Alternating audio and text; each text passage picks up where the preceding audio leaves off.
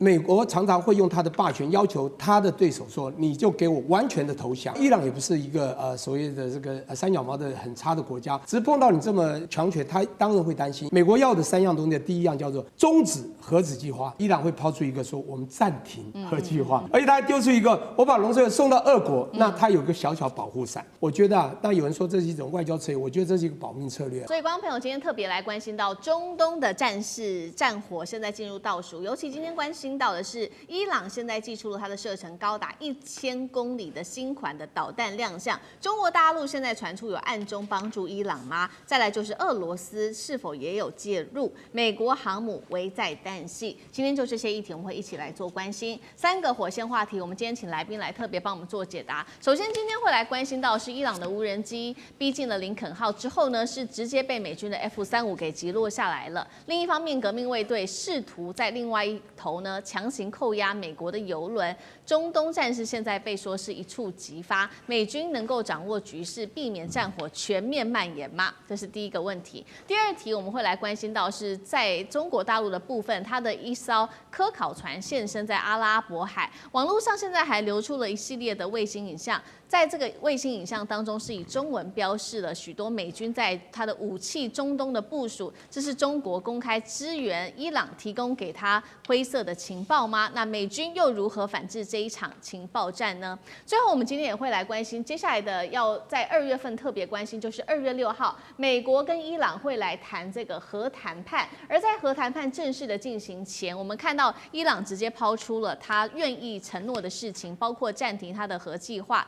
浓缩铀会送往俄罗斯，川普则是要求说3个东西你要停和限制飞弹，这是第2个。第3个，也停止支持中东的代理人。这一场在2月6号的核谈判到底能不能成功？今天就这些议题，我们会一起来做关心。好，美伊关系现在到了随时开战的一个边缘的临界点了。3号来自于美国军方亲自的证实了，说有一架伊朗的无人机，这一架是夏德139，在逼近阿拉伯海的时候遭到了。在阿拉伯海林肯号的航母附近的时候，立刻是被 F-35战机给击落了。另一方面，我们则是看到伊朗则是试图登上了一个他看到的悬挂美国国旗的油轮进行扣押，战事现在看起来是剑拔弩张。另一方面，中国大陆有出手相助伊朗吗？来自于南华早报的报道说，看到了大陆的科考船现身在逼近林肯号的附近。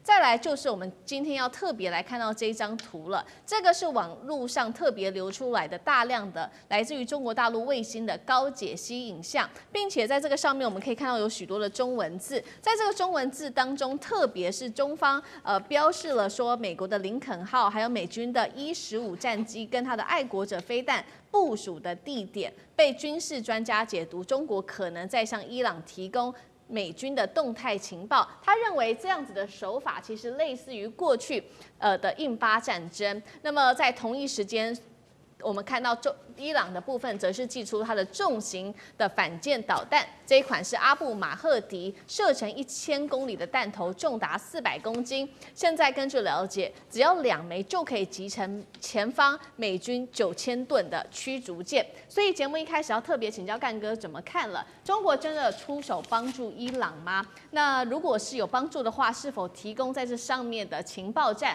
美军接下来会如何来做应对呢？再来就是反舰导弹，刚刚说射程高达了1000公里，代表美国在中东部署的这个林肯号航母是逼近危险的吗？干哥怎么看？当然是危险，但我们要知道，伊朗这次它无人机逼近了林肯号，这就是一个讯号。为什么？因为大家在想说，已经相安无事了，你们不是已经上谈判桌吗？现在到底是要在伊斯坦堡啊，伊朗、美国的官员高阶他们都要见面啊，对不对？那现在到底是谈到什么地步？可是伊朗无人机怎么会在阿拉伯海出现？然后而且好像接近了林肯号，这事情意义很重大。不过伊朗他宣称说，这个我们是什么？我们这个是一个商用的无人机，它走在自己的航道上，根本没有逼近美国。当然讲要这样讲，但我要讲的一个重点是什么？你要知道 F-35，其实无人机到了你的头上的时候，你大概才会发现它。F-35是距离100公里，航空母舰战斗群100公里之外把它击落的。也就是说 ，F-35它的态势感知完全发挥作用了。你在空域里面有任何的动作，有任何的物体进来 ，F-35它被训练，它的 know how 就是你一定要知道，在你身边周遭200-300公里范围之内突然出现的飞行器，它抓到了，大家就知道了。美国的技术我们还是必须要认可的。他抓到了，他不是用眼睛看的，因为你看不见。他抓到以后，然后飞行员直接下判断，这是无人机。为什么？因为它的雷达横截面要比隐形战机还要大。大家听得懂吗？无人机这么小，雷达横截面怎么会比隐形战机来得大？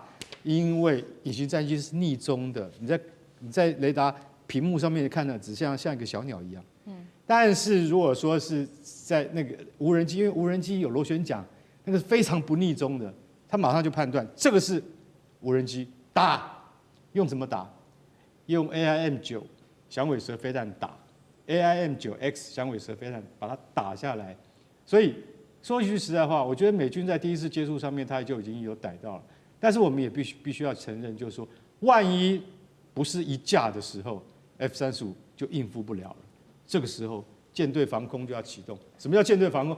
舰队防空就是神盾驱逐舰的防空系统，完全要启动。标准3型跟标准6型飞弹全部要上，啊，要拦截。这个画面会不会发生？很可能在下个礼拜就会发生，就是在我们中国人过新年的时候，很可能就会发生。然后我们现在再来讲阿布马赫迪飞弹，这个飞弹我坦白跟各位讲好，这就是中国技术的援助。为什么？它的射程1000公里，然后它弹头400公斤，这个完全是常见10型的翻版。常见10啊，我最近有拿那个轰6它身上的常见10给大家看，它就是长程巡弋飞弹，但它也有可能阿布马赫迪也有可能，它根本就是一种弹道飞弹啊。那因为弹道飞弹的技术比较复杂，我觉得不太可能会用在这种飞弹上面。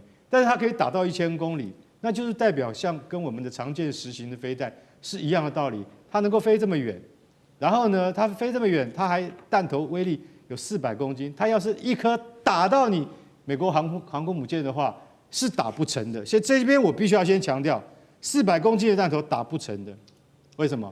因为美国航空母舰总共11艘，每艘都是10万吨级的，你要2颗到3颗以上打中它，才能够把它打残啊。所以说，其实反舰飞弹它其实有一个，就是说怎么讲，就是说心理因素会比实际集成要来的有用。所以你就会看到说，阿布马赫迪真的是已经要他说你看2枚就可以集成驱逐舰没问题，但是你要打航空母舰没有那么简单。不过最重要的是目标或怎么获得，这里面绝对有中国技术的协助。所以我觉得，如果真的开战的时候，大家要小心了。如果伊朗真的能够逮到美国的航空母舰战斗群的话，中国在这后面一定出了很多力的。同样是中国的角色，特别请教岳老师怎么看？现在是说中国也有暗中提供伊朗在情报上面提供给伊朗，老师又怎么看？对，那个刚刚提到阿布马哈迪的这个导弹的时候呢，是伊朗拿出来，大家以前的话呢说的不多，但是这个非常有可能是中国的技术援助啊，然后这个俄罗斯当然也有一些提供一些帮助啊，但是这个整体来讲的话呢，就是分成了几个方面哈。第一个的话呢，我个人看法觉得说有中俄的联手啊，其实基本上是唱一场双簧给美国看了，啊，因为呢，他们之间的做的，大家的评估啊，就是美国没有这个能力，也没有这个决心啊，也没有这个理由要跟伊朗之间就是开战，更不要说是地面的战争。所以说，从这个角度来讲，这个伊朗的这个存在啊，目前这个情况下，这个策略是很明显的，就是让俄罗斯先走一步啊，然后中国本身呢在暗中资助，然后做什么事情呢？就是说呢，要做事情呢，就是他们整体来讲啊，就是希望中东的局势啊不要有伊朗的消灭啊，因为伊朗如果消灭的话呢，大家有没有听过一个名词叫抵抗之湖？就是说原来的话呢，就是伊朗的代理人战争，就是从一开始到从哈马斯一直到这个叙利亚到伊拉克啊，然后到了胡塞武装什么的，全部都是伊朗支持的。那这些的话呢，都陆陆续续被以色列加美国的联合作战的方式击溃，所以伊朗变成最后一个堡垒。因此在这种情况下，你说伊朗怎么可能没有中国跟俄国的支持？伊朗原来就是俄国的一个个小老弟。俄国对伊朗的支持，长期以来就是冷战中的一个重要标志。那再加上中国现在的话呢，它有3方面的理由。第一个就是伊朗的油是中国在买的。那中国本身是一个能源缺乏它各方面来讲，委内瑞拉也好，伊朗也好，中国都有买油。第二个的话呢，就是它的区域上，这个整个中东地区的话呢，大家可以想到，如果中东没有敢跟美国挑战的伊朗的话呢，那整个区域的话呢，就可以宣告以色列的胜利。以色列胜利对于这个整个伊朗国家，大家知道就是什么巴林啦，什么卡达啦，或者说是这个阿联酋啦，或者说这个沙特什么，都是一种奇耻大辱，所以搞得整个欧洲地区或者说整个世界地区的穆斯林回教徒，他们都会极端的反抗。所以在这个地区上要维持势力的均衡。然后第3个的话呢，我必须坦白讲一句话哈，这个对于伊朗做某种程度的支持的话呢，美国不敢动手的话，就结果是什么呢？结果是中东地区就继续乱下去。请大家注意啊，就是你旁边的邻居啊，只要战争不打到你家来的话，他们乱对你来讲不是一个太大的坏事。这个当然讲这种话不道德了啊，可是实际上也是这种情况。所以大家看到说是我们基本上的话，如果说你不管，如果中国有能力不管，那俄罗斯现在这么艰苦的情况下，他也管不住的话，那中国不适当的施出援手的话，如果伊朗真的没的话，那还得了啊？整个中东地区就是美国加以色列的，那以色列做事是非常狠的，对不对？至于说是川普提出来的条件呢，我觉得说废核跟废弹的话呢，不太可能。因为现在的话呢，经过这一次这个俄乌之间的冲突以后，大家发觉乌克兰最大的措施就是十几年前把自己的核武器都不要了。所以任何情况，现在没有人敢惹北韩了，没有人敢惹，为什么？动不动就给你来个，但是有浓缩又不用了，也不行，一定要有导弹。所以说前面2个，至于说代理人战争早就结束了嘛。好，谢谢苑老师。确实延续聂老师刚刚帮我们特别提到的，就是美国川普现在特别提出来针对伊朗2月6号要进行的核谈判。3个条件当中，刚刚岳老师帮我们特别提到，除了要废核之外，还要限制它的弹道飞弹的发展，最后就是支持这个停止支持中东的代理人。川普说了，如果在2月6号这一次谈不拢的话，就会有坏事情发生。那伊朗这个时候也祭出他的一些善意啦，伊朗是说他会暂停核计划，并且把浓缩铀送往俄罗斯去。接下来我们请聂老师来带我们看一下俄罗斯的角色。另外就是2月6号的核谈判到底有没有机会谈成 ？OK， 我觉得不管是人与人、团队与团队或者国与国之间，在进行谈判的时候，说实在有3个步骤，我是这样认为哈，就是这2个方呢，一定是一开始的时候有一方可能比较强，他是用攻击性的角度，可另外一方可能防御，但他也够强的话，他也可能会攻击，但最后呢，一个方式就是你防御也防御不了，就是投降啊。我现在觉得美伊这边的谈判呢，是陷入一个这样的一个情况。就是我们讲说，以这个喊出声量来讲呢，伊朗其实在军事上、霸权上绝对赢不了美国，美国基本上是步步为营啊。但伊朗当然也释出了非常的讯号，说反正呢，不管怎么样，誓死抵抗到底。那是之前，跟照美国的军事实力绝对是高到一定国家之上。那么而且呢，他的霸权呢，甚至他呼朋引伴的这个盟友的这个这集结地位也是比较有。因此，他如果继续的给这个伊朗一些威胁的话，伊朗当然最后还会选择你刚刚讲的所谓的善意。可是重点是善意要多善意，如果走到第3个叫 surrender， 就完全投降，我相信也不太可能。就像2战之后呢，日本呢讲不好听点，你已经这个是一个战败国，而且呢以前这么多的这个罪行，那当然你不能再有攻击武器，当然还是给你有一个保命叫做防御部队，叫 defense， 就是他们的 national guard defense 防御部队。那我的意思就是说，美国常常会用他的霸权要求他的对手说，你就给我完全的投降。可是你知道，伊朗也不是一个所谓的这个3脚猫的很差的国家，只是碰到你这么强权，他当然会担心，因此他会谈另外一个方案。那刚才这个您可以看到，不管媒体上讲或者刚刚思明讲的，美国要的3样东西，第一样叫做终止核子计划。这个终止这不一样 ，terminate 是完全停哦，这就是投降概念。所以呢，伊朗会抛出一个说我们暂停核计划，而且他还丢出一个我把浓缩铀送到俄国，那它有一个小小保护伞，因为这2个国家实际上都是有当然美国不是就比如以一战争的时候，他们都有所谓的代理人战争，他有前线代理，有后线代理，他可以也就是他要帮这些代理人去贡献，或者呢帮后面都有可能。他是前线代理之前，我们大家都知道黎巴嫩真主港也好啊，胡塞组织也门啊，或者巴勒斯坦这个哈马斯，还有呢像以前的委内瑞拉，当然像那个伊拉克等等都算。它背后还有2个核武大国，北韩、俄国。当然说不好听，还有一个中国，慢慢隐形。中国只是忍着不讲话，其实他也会适出的偶尔的提供资讯啊，这个跟这个印巴战争一样。当然，美国那一方呢，现在不是而是美国直接跟他，所以他没有所谓代理人，他当然会跟他讲说，你必须要这个停止支持中东代理人。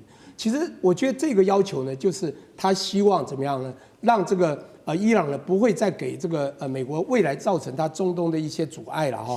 当然，限制飞弹也是一样的道理，这个最少。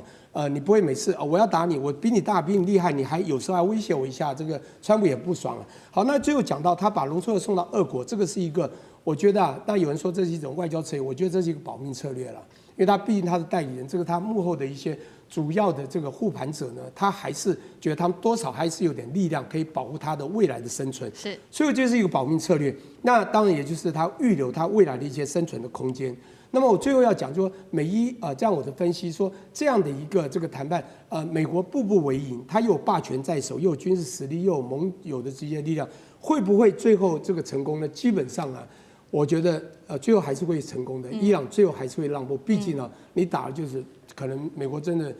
这个当然美国也会自伤，对不对？打人这个1/3也自伤，打人7分自伤3分。可重点是，大家到最后都会形势比人强啊。就是说我发现你一定要做动手，我还是会一些让步。因此，我觉得这个未来的成功的几率还蛮强的。但是伊朗它还是要必须我刚刚讲的，它已经无法攻击，它最少还是要保密，还是要有未来的。防御的一些保命的未来的预留空间。今天节目一开始，我们要来赶紧关心在中东的情势。最新消息，伊朗呛川普说：“你小心了，这个子弹这一次不会飞偏哦。”那么另外一方面，美国则是出动，现在准备出动它的航母，还有驱逐舰要同步进场到伊朗的周边吗？中东战火现在正式的，难道开战进入倒数吗？我们要赶快来看到，因为这是路透社传出来的一个最新消息。1月14号，他说美国总统川普可能会在24小时内就会对伊朗来进行军事行动了。川普再补一句，他说已经获得了现在伊朗将会停止杀害示威者的一个保证。所以川普说呢，接下来会不会行动，主要还是要看事态的发展，再决定是否采取进一步的行动。川普一讲完，再加上路透社的报道，我们赶快来看到伊朗立刻发布了这个最新消息，这是他们的国营电视台播出的一个画面，说呢，美国总统川普造势遭遇上次呢暗杀未遂的一个画面，他把它播出来，那么他又特别警告说，这一次子弹是不会飞偏的哦。威胁的意味非常的浓厚。节目一开始要特别请教赖老师怎么看了？这一次伊朗的国营电视台等于是直接威胁警告川普了。那川普现在还在说要看看事态的发展，到底他是缩了还是兵不厌诈，有可能让伊朗放下戒心，然后会进行攻击吗？赖老师怎么看？我们用白宫的发言人的说法来说哈，他说什么事情都有可能发生，也可能什么都不会发生。那么到底会发生什么情况，就看川普的脑袋在想什么，由他来做决定。他好像故意要弄得说哎呦深不可测，完全在川普的一念之间的这样的一种态势。可是如果您根据路透社的一个报道，它是1月14号的报道，说24小时，现在已经15号了，那也就是说过了啊，那还是没发生。川普为什么会突然间漏了这么一段话，说？有利人士，那他的意思是，可是他前一天又说，我们已经中断了跟伊朗的所有的对话管道。他有自己说的哦，那是13号，他在飞机上说，我们已经不跟伊朗有任何谈判了，啊，所以这是一个最后的一个通牒。走到那个抗争场上的这个伊朗的民众兄弟们啊，他讲的是。爱国者的伊朗人，那我把它翻译成为兄弟们，挺住、撑住，不要离开你的街头啊，去占领这个伊朗的这个机构，也就是说革命吧、造反吧。我美国的军队已经正在路上。好，那我们就来看了。结果您知道，人类间最有趣的事情发生了，突然间，欧洲、美国的所有的媒体。有关于伊朗的抗争的新闻报道跟画面消失了，我连2天一直在搜啊，我上这个美国的直接的网站，不管是 CNN 啊，或者是法国的媒体啊，因为我懂法文，我就那边直接不断的在找啊，找德国的，没有就是原来中央市场供应的同一个画面，为什么我会说同一个画面、同一个影片？说伊朗的有17个省，一半以上的省都爆发了示威抗议活动，是，而且死的人数堆积如山然后到处有抗争。可是你有没有注意到，画面就是那2幅，影片就是那几张，就是那几个影片。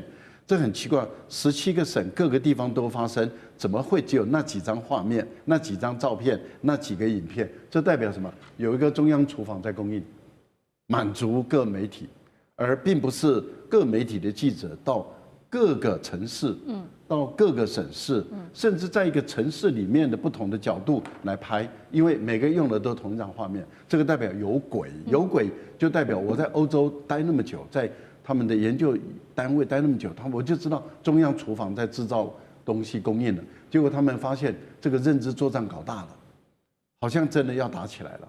那伊朗政权又推翻不了，因为目前来讲看起来是推翻不了，美国又不愿意派地面部队，陆战队也不派，步兵也不派，那你也没有准备好，你要大规模的进入到伊朗，你想想看，打一个阿富汗13万的军人。打一个阿富汗你都要10几万的军人，你打一个伊朗，你要多少万的军人进来？伊朗有8800多万人了，革命卫队、国民兵、民兵组织、民兵抽调回来等等，这些你要动用多少军人？动用多少军人？你的整个后勤补给，以美国人来讲，后勤先行，军队后上的情形下，你不可能派地面部队，你也不可能斩首行动，因为德黑兰很内陆。你的飞机飞不到，那么你的飞机可能就会被打下来。而且德黑兰跟委内瑞拉不一样啊，委内瑞拉是不敢打美军告诉你说，你如果打我这边，你干掉了。俄罗斯也没有帮这个委内瑞拉真的把 S-300的防空系统建立起来，可是伊朗却有伊朗有防空系统，确实有好，而且可以打。那在这样的一个情形下的话，美军他怕进去以后，如果死伤惨重的话，这个对特朗普来讲，他未来该怎么交代，跟国人怎么交代？所以这些态势已经越来越摆明了，地面部队不敢派。然后你说派轰炸机、战略轰炸机，你战略轰炸机总是要转场嘛？你难道再派一个 B-52的这种隐身的战略轰炸机？那你要炸什么？炸的那些东西就能够让这个伊朗的政权就瓦解了吗？很难吧？我还没听过这种战略。我相信杜黑的这个空权论曾经发生过，那是发生在塞尔维亚，而且炸了几个月，炸了多久的时间，才让塞尔维亚的这个政府屈服。但是怎么可能因为伊朗就这样炸了一下以后，他们就屈服说，哎呀，我投降了，我的政权交出去？这不可能发生的事，一切都不能发生。那请问一下，你动武的意思是什么？军事行动的意思是什么？军事行动要有一个战略目标，目标是什么？你是要挑起更大的战端。如果伊朗在因为你对我采取军事行动，我挑起以色列跟我的战争，以色列说我这一次我作弊，我坐山观虎都我不介入。但是如果伊朗可以主动挑起我伊朗如果炸了我以色列人，我不打不行那就变成宗教战争。一旦成为宗教战争，中东地区陷入混乱，这些都要考虑吧。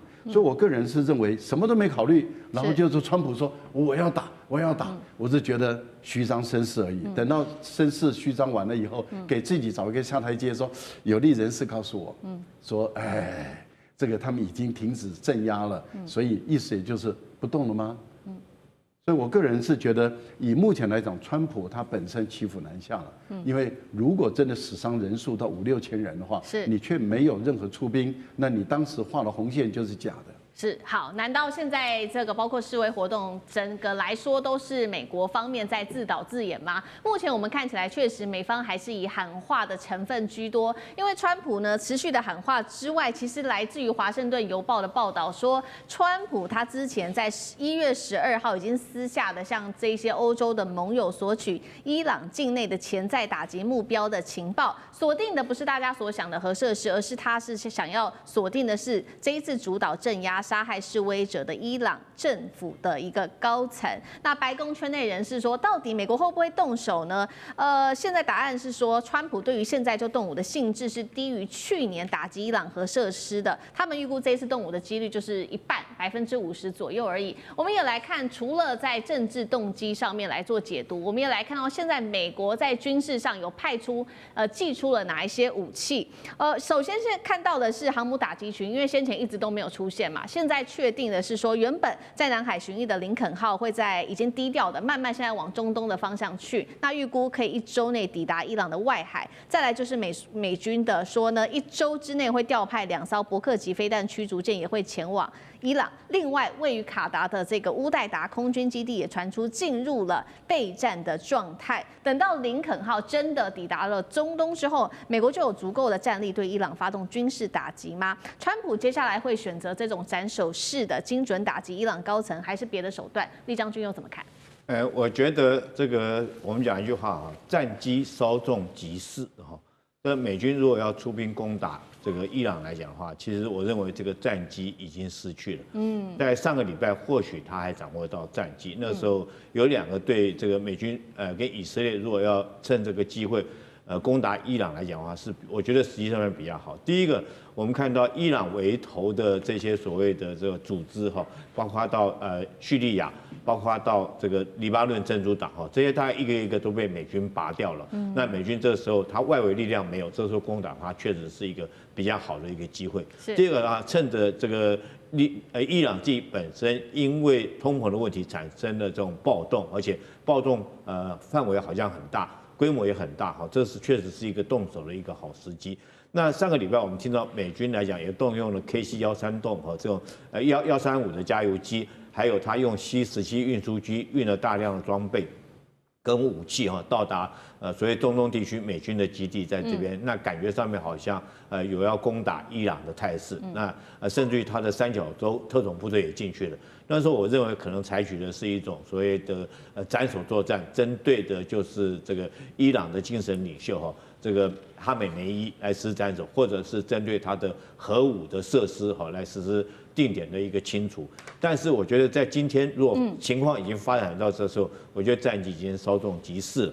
怎么讲呢？美军我认为最重要，他没有做好开战的准备。我们从2件事情看得出来。你知道，如果说是要大军作战，第一个最重要是战备集运。美军那时候去攻打伊拉克的时候，总共花了3个月的时间做战备集运，将战备物资部队调动前往这个伊拉克那边去。然后这个美军这一次，我们看到他动委内瑞拉，我们看到他除了说福特号的航母之外，还动用了所谓硫磺岛号2栖攻击舰，也大量的 F-22、F-35哈，甚至于 B-2轰炸机，然后甚至15000多名的陆战队士兵，那只为了捕捉委内瑞拉。军事作战一定是一种以狮子搏兔的方式，才能够确保作战胜利。如果你只有50%这个胜利的机会，我觉得这时候如果贸然用兵，那是置之于死地哦。那我们在俄乌战争，俄罗斯当初动手之前，也是在那边做了将近有半年的时间哈，做各项的部署以及运输的工作。那这次如果说只是几艘的驱逐舰在那边，你就要对伊朗动手，那跟委内瑞拉比起来的话，我觉得差太多。第二个来讲的话，那你要考虑到这个伊朗自己本身，它有2支的部队，一支是属于它的国防军哈，或许总统还可以掌握到，或许这些国防军的这种宗教意识还没那么强，但是不要忽略，它有一支部队叫做革命卫队，那纯粹就是宗教部队。这宗教部队宗教信仰是很强的，而且这支宗教部队它的武装和陆海空导弹部队全部都有。所以如果说他给你来个鱼死网破，他对以色列发动攻击、发动导弹攻击的话，那以色列从上次这个去年6月份那次的导弹袭击，我们看出来，以色列不见得还能够100%拦截得到，他的这种爱国者等等都不见得拦截得到。第二个，美军自己在中东地区的所有基地，包括你刚刚提到的乌代尔空军基地哈，这个巴林的它这个舰队的位置，还有很多在叙利亚这些基地，也都在这个伊朗的导弹射程范围之内。那这些川普要冒着这个官兵和牺牲的这种危机，然后来这个发动这场战争。你要知道，如果万一这个哈美内伊来一个鱼死网破，对美国来讲的话，是讨不到好处的一场战争。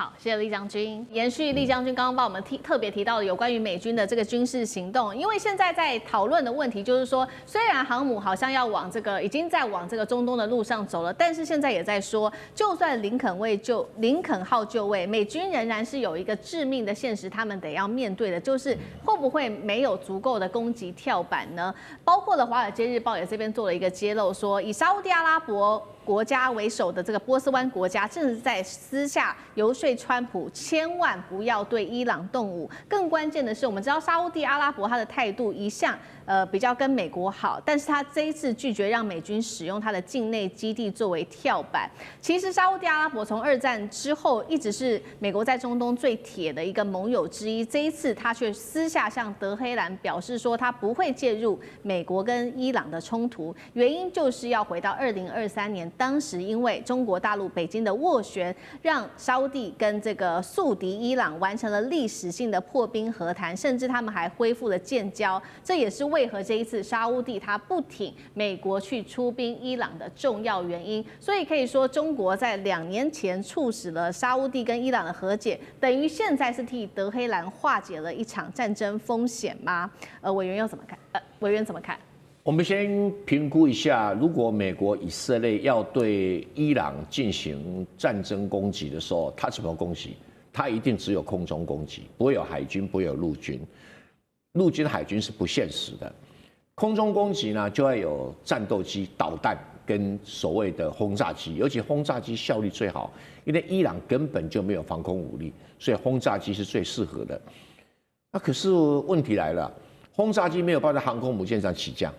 只有战斗机可以，那战斗机可不可以对地攻击？可以，可载弹量很有限，没有办法达成贝鲁特大轰炸那一种轰炸的密度。那现在要轰炸什么？一定是轰炸这些教士集团的首脑，轰炸革命卫队的首脑，轰炸他的导弹弹药库，轰炸他的核设施，一定是轰炸这些地点。但这个地点要的弹药量很多，美国到底够不够？支援乌克兰不少，还剩下多少？然后导弹又很贵啊，去打那个什么革命卫队一定不划算，所以最经济有效的就是要轰炸机。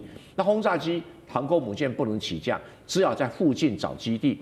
在轰炸南斯拉夫的那个贝鲁特的时候，不是贝鲁特哈，那个米洛塞维奇的时候啊，那个轰炸因为附近都有机场可以用，所以轰炸机起降就很快，100-200公里，100-200公里，每天起降很快，所以49天啊。把这个塞尔维亚几乎打烂了啊，所以最后只好投降。而且这轰炸啊，精密度要尽量不损及民间的生存。那所以它的这个轰炸机的这个要飞得比较低一点哈。那对于这个在伊朗周遭就有困难了。以色列飞到那边1600公里啊，你从那个沙烏地阿拉伯飞到那边也是1000公里啊。那这么远的距离，你该怎么办？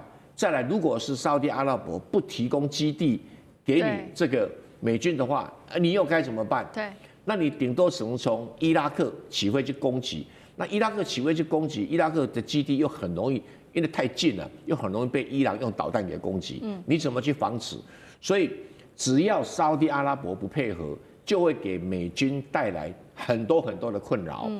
那为什么沙烏地阿拉伯会不配合？就是因为前一段时间中国大陆这个协助沙烏地阿拉伯跟伊朗和解，这两边的和解是国家对国家的和解，也是教派对教派的和解。因为沙烏地是逊尼派，然后伊朗是什叶派，这两派几乎是死敌啊，但是竟然能够在中国的斡旋底下，双方面达成谅解，而且还对标说，过去你对我做什么，我对你做什么，一对出来，都是别人做的，所以就心结就放下来。所以沙烏地阿拉伯不想要再进入跟伊朗的敌对状态，所以他不愿意配合美国是可以谅解的。那这样一来，美国到哪里去找轰炸机的基地啊？对。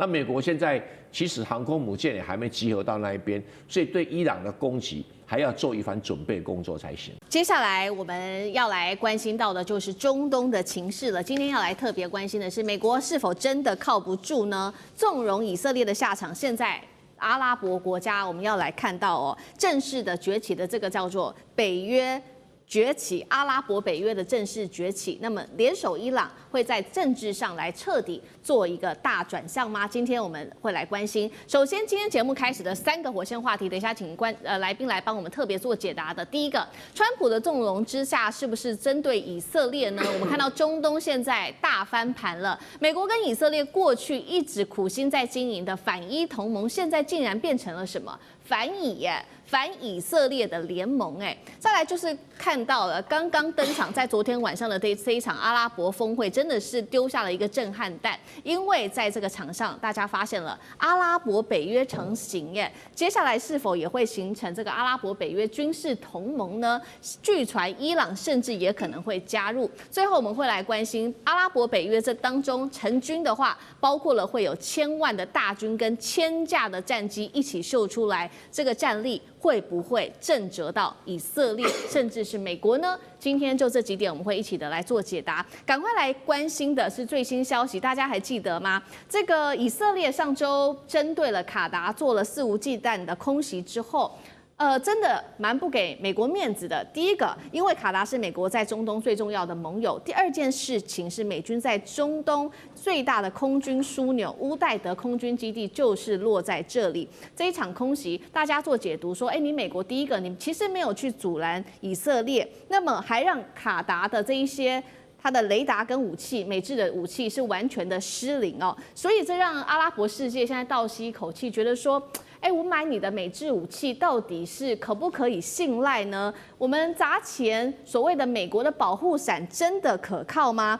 最新消息，我们来看到在15号这一天呢，阿拉伯领袖们他们聚集在卡达，一起召开了这一场峰会，叫做阿拉伯伊斯兰国家领袖峰会。参与国非常的多，包括了伊朗、土耳其、伊拉克、巴勒斯坦等等，都在为卡达来做声援，并且痛批以色列。不过，在这场会议上，最让人震惊的是埃及的总统塞西提出来的这件事情。他说，接下来我们这些国家会以开罗为核心，建立打造一个阿拉伯的北约组织，会做哪一些事情呢？他说，这是史上首次的阿拉伯国家集体的军事同盟的雏形现身。接下来会做的是快速反应部队、联合司令部跟跨国的调度。所以阿拉伯国家现在等于是，可以说彻底的觉醒了吗？他们发现是不是美国真的靠不住吗？那阿拉伯北约就是它是否可能真的走上战场，实际又会如何运作？谢大使怎么看？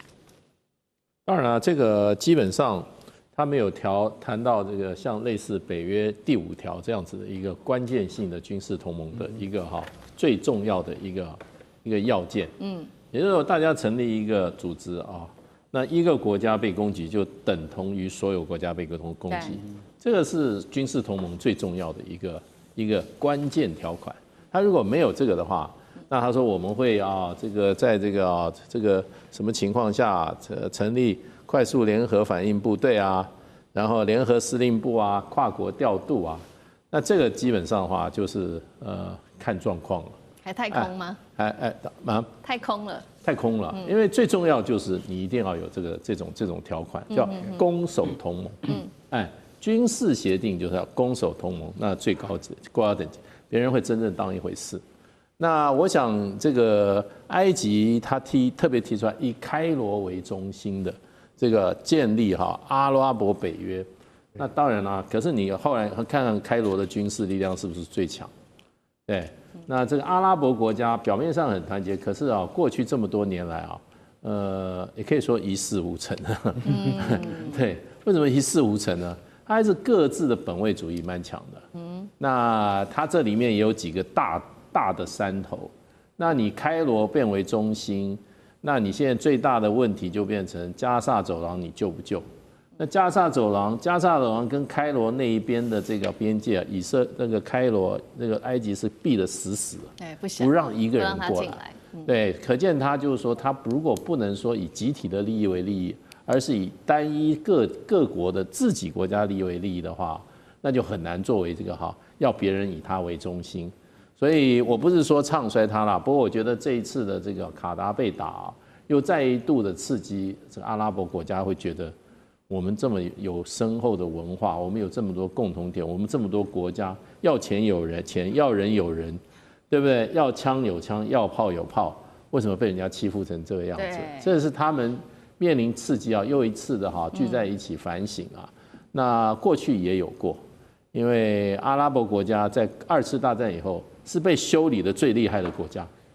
他们被这个埃及一开始以色列国家成立的，不管7日战争什么战争，都是埃及首当派兵出来打，结果都打败了。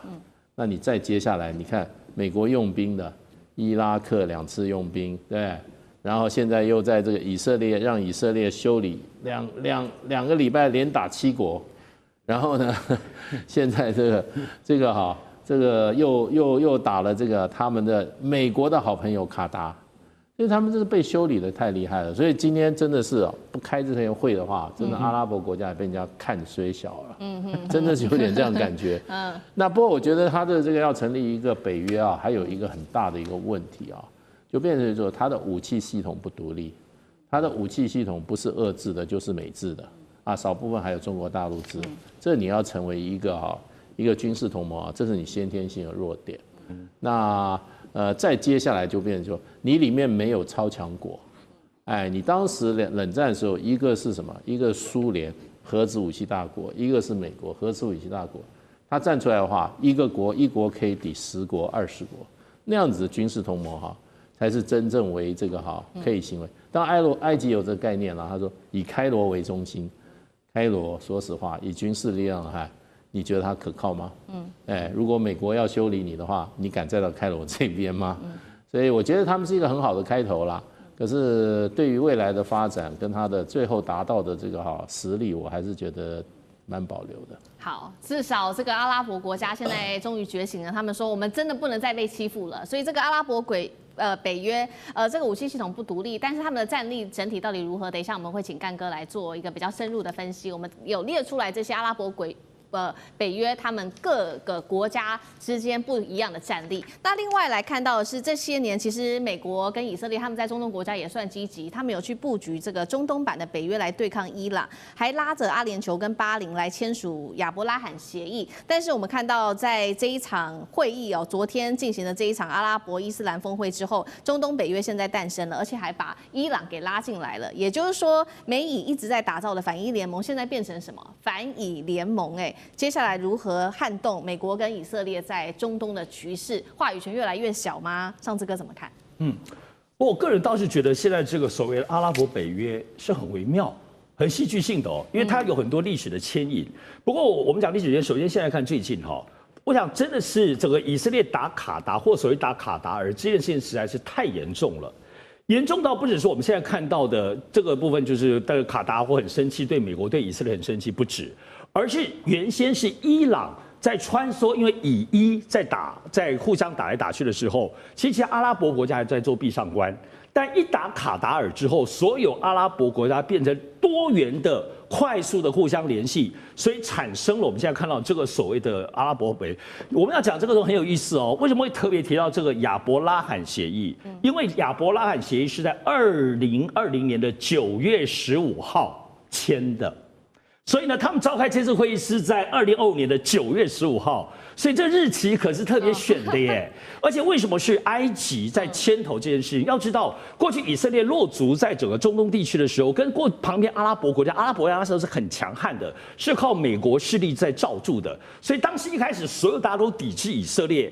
当年在1978年，各位，1978年，所有阿拉伯国家第一个跟以色列签以埃和平协议的就是埃及，然后之后在埃及然后之后再来是约旦，美国继续牵线，直到刚刚讲2020年这么远呢，拖了20几年后才跟波斯湾当中第一个阿拉伯国家就是阿拉伯联合大公国签了我们刚刚提到的这个亚伯拉罕协议。9月15号，所以呢，我们刚过去的这次的这个阿拉伯大集结，某方面是个历史的反思，大家聚集起来，集体拉黑以色列。对，而这个当中是当时埃及最早签的，不是吗？大家是跟你埃及一起，最后陆续跟以色列签约因为后来包括巴林约旦摩洛哥都签了，所以现在是大家整个是集体拉黑。特别选在这个日子，特别剧烈的大集结，我想我们要特别注意都知道现在全世界在所谓的多边主义、去美国中心化的这个主义，但是这个政治的流动，通常影响最大的不是外交啊、经贸，而是军事。你一旦打仗的时候，过去很多东西，从我的角度来看，过去签了那么重要的亚巴罗罕的协议，波斯湾，大家后面签了一大堆，以及最早在1979年那么早的埃及最早跟以色列的第一个，以跟阿拉伯国家的合约，全部作废了。而且现在所有大家集结起来，一定要 do something。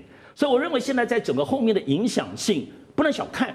因为他们特别挑这个时间，因为阿拉伯人就记恨宗教民族的情怀，对于过去的一切觉得都被美国骗了，而现在他们要重新用阿拉伯力量，而且未来会不会跟中国的力量挂钩，很可以期待。好，阿拉伯现在正式的觉醒哦，直接把这个美国，直接把以色列整个拉黑。接下来会不会跟中国大陆合作？我们先也来看看这一些阿拉伯国家，所谓阿拉伯北约，如果真的成军的话，到底战力如何？以色列要不要担心？美国要不要担心？先来看到刚刚讲的阿拉伯北约会以埃及为主体哦。那埃及现在其实在全球火力的排名，带观众朋友来看一下哦，是在第19名哦。那它拥有的陆军43万，空军也有1000多架的战机，不太差。再来看到沙烏地阿拉伯陆军22万，空军700多架的战机，现在排名第24。紧接着是伊拉克，在排名第43。那么约旦则是巴基斯坦，则是分别排名在第88，巴基斯坦比较前面，是排名在第12。大家会好奇说，那这样子的组合起来，